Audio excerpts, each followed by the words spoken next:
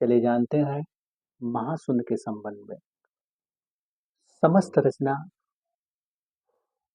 ब्रह्म का ही परिणाम है।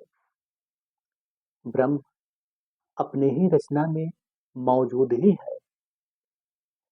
न ही कुछ पाने को है, न ही कुछ होने को है, न ही कुछ जानने को है। वह मिला ही हुआ है। तुम सत्य स्वरूप हो ही। और जिस क्षण या साधक को बोध होता है तो वह इस तत्व जगत से ऊपर उठता है। लेकिन जो लोग सत्य के संबंध में तर्क और अंदाजा लगाते हैं, वे अपने पास नासमझों की भीड़ इकट्ठा कर लेते हैं और इन नासमझों के बीच में वह स्वयं को विशेष और समझदार समझता है, क्योंकि वह बहुत ज्यादा तर्क और अंदाजा से उसकी अज्ञानता या यूं समझिए उसकी भूल और भी गहरी हो जाती है। जिस क्षण उसे अपने भूल का एहसास होगा कि जो यह समझता है कि मेरे अंदर कुछ विशेषता है, तर्क और अंदाजा की वजह से जिससे वह ऊपर नहीं उठ पाता है, जब उसे अपने भूल का एहसास होगा तो फिर वह अपनी ही समझदारी, जिसे वह अपनी विशेषता समझता है, उस भूल से वह ऊपर उठता है। और जब वह ऊपर उठेगा तो चाहे तो पहली दफा उसे स्वयं का अनुभव होगा। तब उसका ध्यान जो करने में तत्पर है, तो तत्व जगत में भ्रमण कर रहा है कि कुछ करने से मिलेगा, तो जो भी मिलेगा वह बाधा ही होगा। और जिस क्षण उसे अपनी भूल का एहसास होगा तो वह उसी क्षण सारे बाधा मिट जाते हैं। तब साधक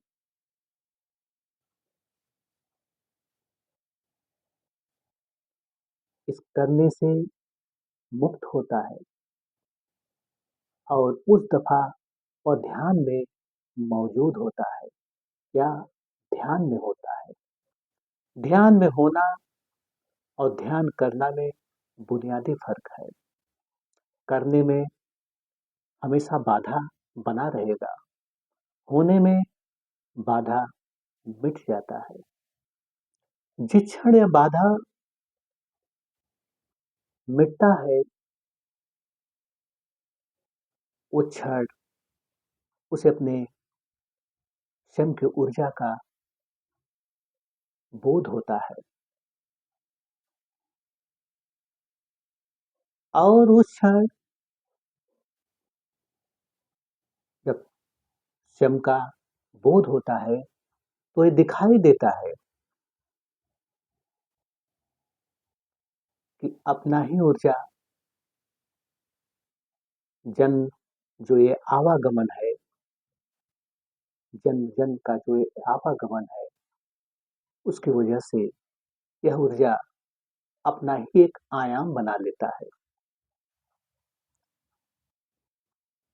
और यह संस्कार बद्धता छूट नहीं पाता है। और जिस क्षण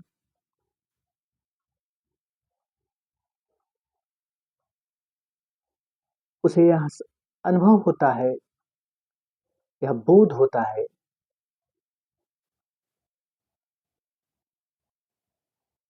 कि आयाम आयाम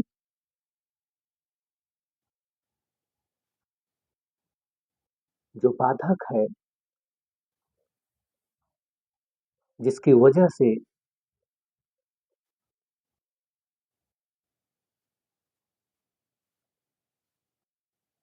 आवागमन बना ही है। क्योंकि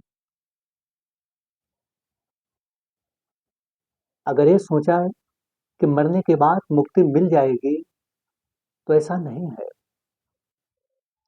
क्योंकि जब तक इस ऊर्जा का अपने आयाम में मौजूद ही रहेगा, तो शुद्ध विशुद्ध ब्रह्म से उसका कभी मेल ही नहीं हो पाएगा। और मृत्यु के उपरांत भी वह बाधा बना ही रहेगा, वह आवागमन बना ही रहेगा, और उसका संस्कार बद्धता छूट भी नहीं पाएगा। वह कोई न कोई गर्भ ढूंढ ही लेगा। और जब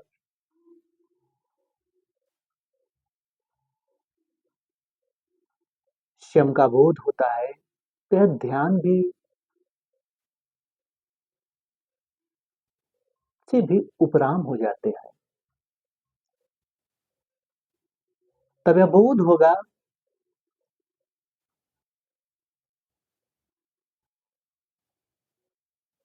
कि आवागमन की वजह से जो यह ऊर्जा अपना ही एक आयाम बना लिया है, जब ध्यान से यह ऊर्जा शुद्ध होगा, तो वह इस आयाम से भी मुक्त हो जाता है। और उस क्षण ध्यान से भी आप उपराम हो जाते हैं।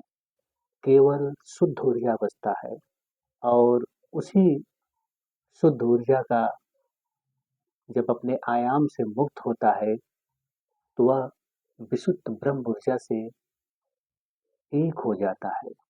यानी वह बूंद समुद्रवत हो जाता है। अब वह बूंद ना रहा, अब कोई आयाम ना रहा, अब कोई आवागमन ना रहा, अब कोई संस्कार बद्धता ना रहा।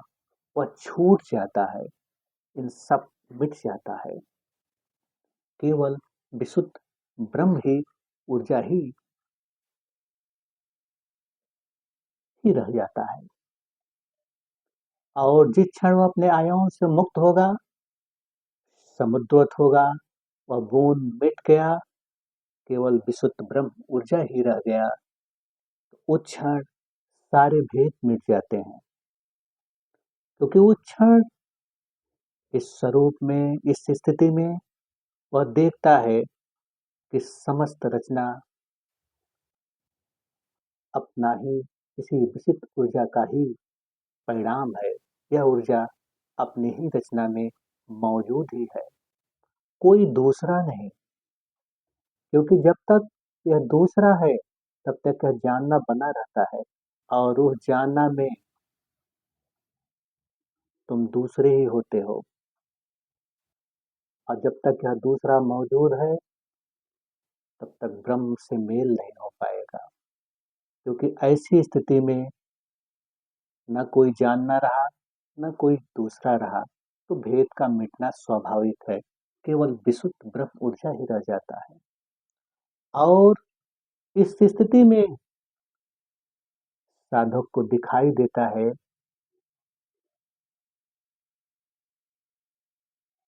कि यह ऊर्जा उस गूंज में स्थित है, उस परम गूंज में। और इस परम गूंज जो संपूर्ण सृष्टि में यह गूंज मौजूद है, और इसी को हम क्षेत्र कहेंगे। और इस क्षेत्र को निर्वात मत समझना, वह गूंज का ही रूप स्थिति है। और यूं समझना कि यहाँ पर कोई दो स्थिति नहीं, एक ही तने की दो ढालियाँ हैं। उस गूंज में वह ऊर्जा मौजूद ही है और जिस क्षण इस गूंज से तादात्म्य स्थापित होगा, तब तुम्हें महसूस होगा कि यह गूंज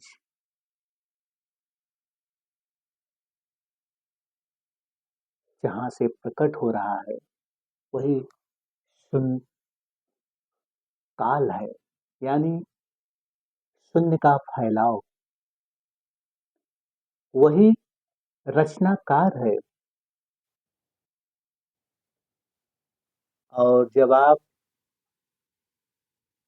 अपने इस स्थिति में, अपने परम स्थिति में, यानी रचनाकार अपने इस दिव्य स्वरूप में स्थित होते हैं, तब आप काल स्वरूप होते हैं। तब आपको दिखाई देगा कि शून्य का फैलाव ही रचनाकार है। और तब यह बोध होगा कि शून्य की तीन स्थिति है, या शून्य की ही स्थिति है, छेद, काल और यही विशुद्ध ऊर्जा।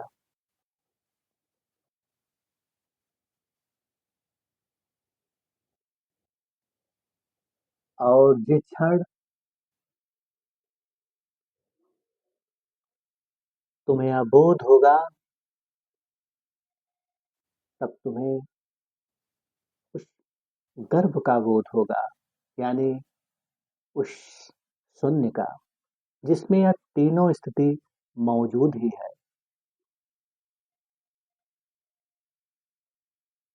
और उस क्षण केवल शून्य ही रह जाता है।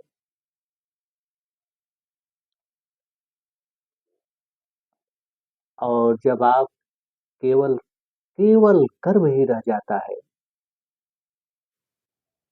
और इस स्थिति में भी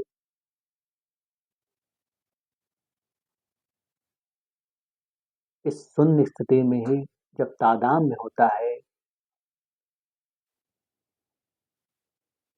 तो यह तीनों चीज, जो शून्य की तीन स्थिति है, उसमें विलीन हो जाता है। जब केवल शून्य ही रह जाता है, जब केवल अपने गर्भ का बोध होता है, तब यह दिखाई देगा कि यह गर्भ ही अपने शक्ति कवच में स्थित है और यह फैल रहा है, इसलिए यह शक्ति कवच भी फैल रहा है। यह शक्तियां अनेकों हो सकती है, और यहाँ पर आपको दिखाई देगा कि शून्य की दो स्थिति है। एक तो इस शक्ति कवच के रूप में, यानी गर्भ के रूप में, और दूसरा यह पूरा शक्ति कवच, यह पूरा गर्भ जिसमें फैल रहा है। क्योंकि गर्भ तो कई हो सकते हैं, पर वह जिसमें फैल रहा है, वह सिर्फ महाशून्य है। यही महाशून्य है।